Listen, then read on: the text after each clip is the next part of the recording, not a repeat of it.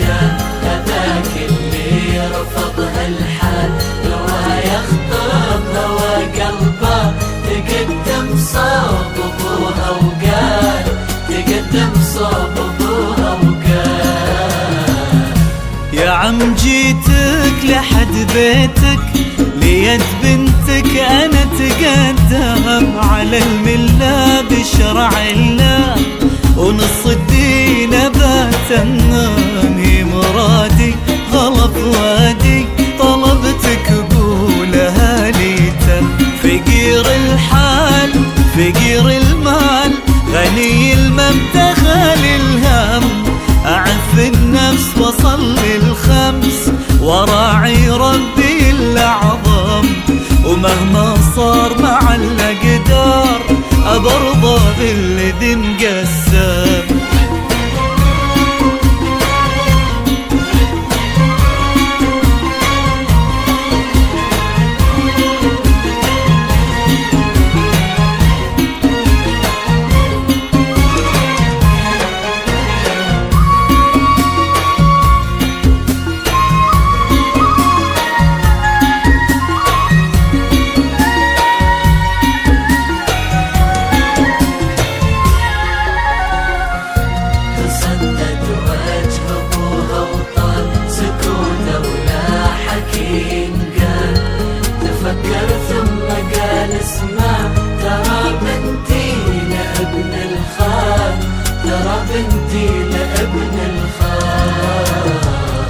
يا عم أرجوك لا ترمي الشوق في عيني وقلبي المغرم بطهر الأرض عرفنا بعض من احنا صغار لو تعلم لا تحرمنا لا تعدمنا وربك ما رضى بالظلم يا عم ناظر ترى الخاطر يبيها من سنين مكم يا راعي الخير هوانا طير لا توقف في طريق الحلم وخذ مني وعد اني اخليها في مجرى الدم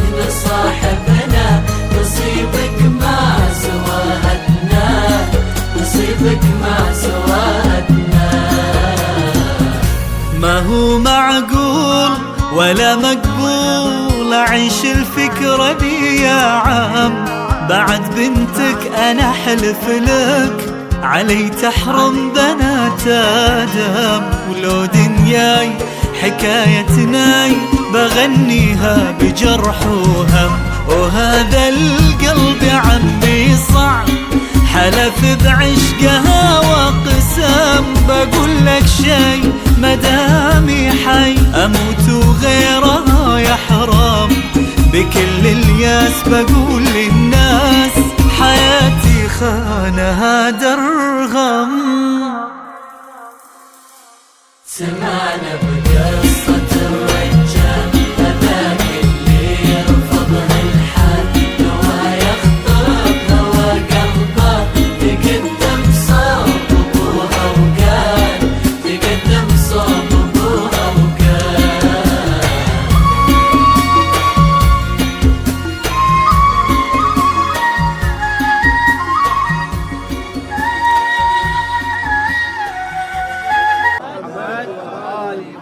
الثانية يغفر الله لكم. اللهم صل على محمد وآل محمد. الثالثة على محبة أمير المؤمنين بأعلى أصواتكم. اللهم صل على محمد وآل محمد.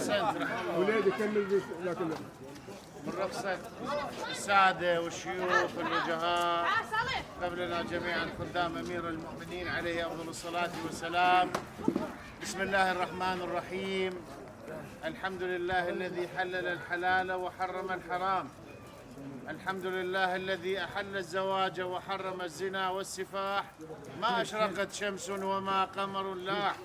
والصلاة والسلام على سيدنا أبي القاسم محمد وآله على محمد وآل محمد وعلى آله سادة الفضاح الطيبين الطاهرين المعصومين أهل الخير والفلاح. وبعد، قال الباري عز وجل في كتابه العزيز: بسم الله الرحمن الرحيم: وأنكحوا الأيام منكم والصالحين من عبادكم وإمائكم يغنيهم الله من فضله والله واسع عليم. صدق الله العلي العظيم. يسأل ما معنى كلمة الأيام؟ الأيام هنا جمع مفردها أيم، والأيم في اللغة من لم يكن متزوج من الذكور والإناث. كذلك في الآية حث على التزويج، وأن يكونوا فقراء يغنيهم الله من فضله والله واسع عليم. فقد ورد على الإمام الصادق سلام الله عليه قوله: من ترك التزويج خوف الفقر فقد أساء الظن بالله. وإن شاء الله ما بيناتنا واحد يسيء الظن بالباري عز وجل. خطر قول الرسول محمد صلى الله عليه وآله وسلم يقول: الزواج سنتي فمن ترك سنتي فليس مني. وقوله صلى الله عليه وآله وسلم: ما بني بناء في الإسلام أحب إلى الله تعالى من التزويج. وقوله صلى الله عليه وآله وسلم: تزاوجوا تناكحوا تناسلوا فإني مباهن بكم الأمم يوم القيامة ولو بالسقط. فإن السقط يقف محبطين على باب الجنة، قال له: ادخل الجنة، يقول: لا أدخل الجنة حتى يدخل أبواي قبلي. وكذلك قوله: بأبي ونفسي وأمي صلوات الله عليه وعلى آل بيته الطيبين الطاهرين: من جاءكم خاطبا وترضون دينه وخلقه فزوجوه، ألا تفعلوه تكن فتنة في الأرض وفساد كبير. ونحن في شهر شعبان، شهر ولادة الأنوار المحمدية عليهم أفضل الصلاة والسلام. وفي بقعة النجف الأشرف الطاهرة المباركة جئنا بمعية ولدنا الشاب العاقل المؤدب المهذب علي حج محمد آل حميدي العبودي، وهو من عائلة وعشيرة تعرفون شأنها ومقامها في النجف وخارج النجف بكل شيء حسن. قدمنا إلى خواري الثراون بني حسن، والمعرف لا يعرف، ناس أهل غيرة أهل شهامة أهل شجاعة أهل كرم، لا أدري تشفعون شافعكم تزوجون خاطبكم. أقول قولي هذا وأستغفر الله لي ولكم، وآخر دعوانا أن الحمد لله رب العالمين، والصلاة والسلام على سيدنا محمد وعلى آله الطيبين الطاهرين. اللهم صل على محمد. أحسن سيدنا جليل، الله يرحم أمك سيد. بعدكم من السادة الأجلاء لكم الكلام. سيد أهلا وسهلا بكم، حياكم الله. كل خطوة بألف هلا، سادة وجاويد وعلماء. قال الله في محكم كتابه الكريم: بسم الله الرحمن الرحيم: واعملوا فسيرى الله عملكم ورسوله والمؤمنين. صدق الله العلي العظيم.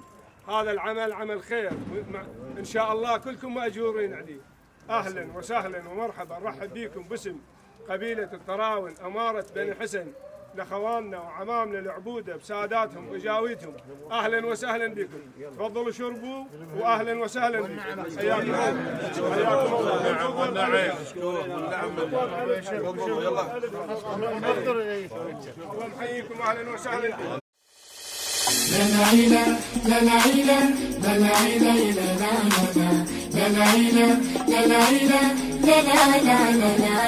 يا الله صلوا على النبي وآله يا الأحباب، ورابنا باكر للفرح يفتح ألف باب.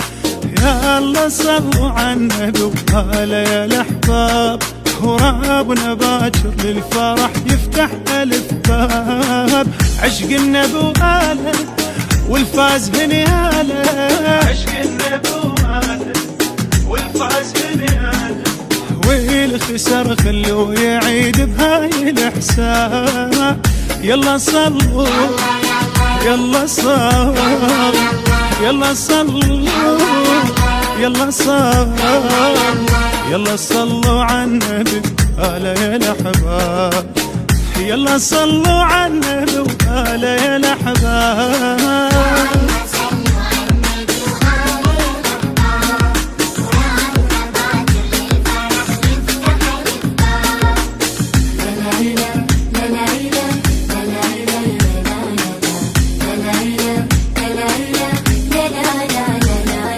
دنيا وبهلة حب النبي ما عيش أبد بيها والجنة من دونك علي ويا النار